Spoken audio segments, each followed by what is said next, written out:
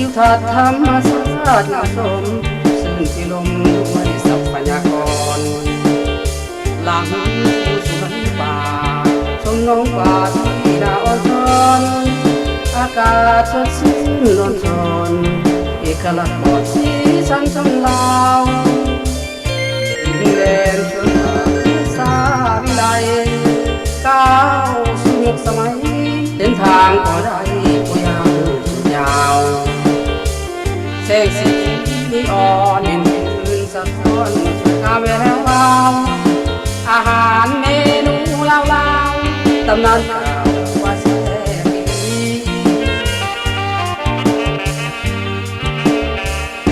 กีฬาไปตามน้ำยังมีเดินสำห้องมีดนตรีฟ้อนลำฉลองมีหลายห้องVIPสะดวกเหลือเกินเชิญชวนอยากเดินด้วยมิตรไมตรีจากใจหันสนทันมาเลยวันนี้มีผู้นั่งคอยที่อยู่ทัดสวนป่าโคนาอ่อนช้อนป่าไม้เลี้ยงต้นสลอนน้องน้ำป่าลองลอยอาหารแซ่บดีมากมีกินดื่มแซ่บช้อย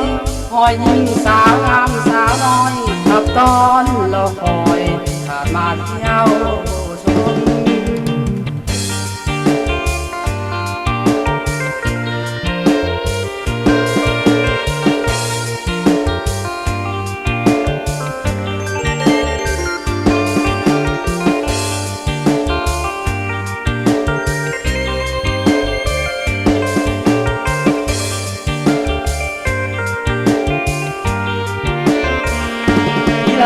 ไปตามน้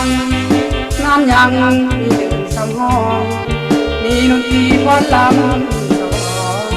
มีหลายห้องVIP